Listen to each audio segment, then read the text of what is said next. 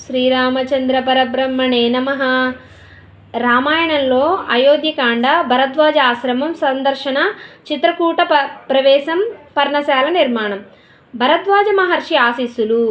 గంగను దాటిన తర్వాత సీతారామ లక్ష్మణులు నడుచుకుంటూ ప్రయాణించి ప్రయాగలోని భరద్వాజ మహర్షి ఆశ్రమానికి చేరుకున్నారు.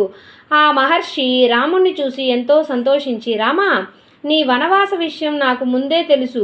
మీరు ఇక్కడే ఈ ఆశ్రమంలో ప్రశాంతంగా ఉండవచ్చు అని కోరారు. కానీ రాముడు వినయంగా, మహర్షి, ఇక్కడ ఉంటే అయోధ్య ప్రజలు మమ్మల్ని వెతుక్కుంటూ వస్తారు. మీకు ఇబ్బంది.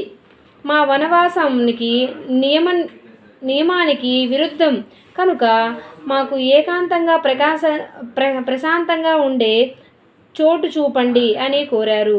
చిత్రకూట మార్గదర్శనం. అప్పుడు భరద్వాజుడు 10 క్రోసుల దూరంలో ఉన్న చిత్రకూట పర్వతం గురించి చెప్పాడు.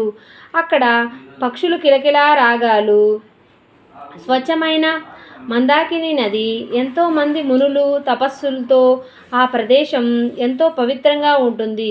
సీతమ్మకు కూడా ఆ ప్రకృతి ఎంతో నచ్చుతుంది అని మార్గంలో వివరించాడు. ఆ రాత్రికి అక్కడే ఉండి మరునాడు ఉదయం మహర్షి దగ్గర సెలవు తీసుకొని వారు యమునా నదిని దాటి చిత్రకూట పర్వతానికి చేరుకున్నారు. వాల్మీకి మహర్షి దర్శనం. చిత్రకూట ప్రాంతంలో వారు వాల్మీకి మహర్షి ఆశ్రమాన్ని సందర్శించారు. లోకమాత సీతమ్మతో కలిసి వచ్చిన రాముడిని చూసి వాల్మీకి పులకించిపోయారు. వారిని సాదరంగా ఆహ్వానించారు. ఆ పర్వతంపై నివసించమని సూచించారు.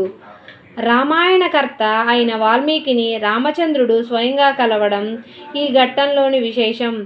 పర్ణశాల నిర్మాణం. లక్ష్మణుడి కార్యదక్షత. పర్వత సానువుల్లో మందాకిని నది తీరంలో ఒక చక్కని ప్రదేశాన్ని ఎంపిక చేసుకున్నారు. అక్కడ లక్ష్మణుడు తన చేతులతో వెదురు బొంగులు గట్టి మట్టితో ఒక అందమైన పర్ణశాల నిర్మించాడు. లక్ష్మణుడి నైపుణ్యాన్ని చూసి రాముడి ముచ్చటపడి తమ్ముడిని మనసారా కౌగిలించుకున్నాడు. ప్రకృతి ఒడిలో సీతారాములు అయోధ్యలోని బంగారు పడకలను వదిలి అడవిలోని గడ్డి పరకలపై పడుకున్న సీతారాముల పరమ సంతోషంగా ఉన్నారు. ప్రకృతి ఒడిలో లక్ష్మణుని కాపలాలో వారు చిత్రకూట నివాసాన్ని ప్రారంభించారు.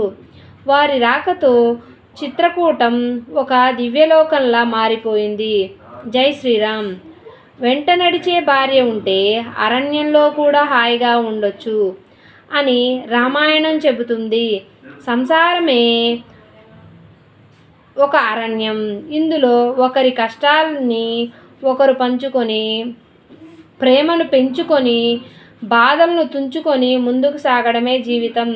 వివాహం అంటే 2 కుటుంబాల మధ్య జరిగే అగ్రిమెంట్ కాదు, 2 జీవితాలు కలిసి నిర్మించుకునే జీవిత ప్రయాణం. ఇదే రామాయణం లోకానికి చెప్పే గొప్పతనం. జై శ్రీరామ్.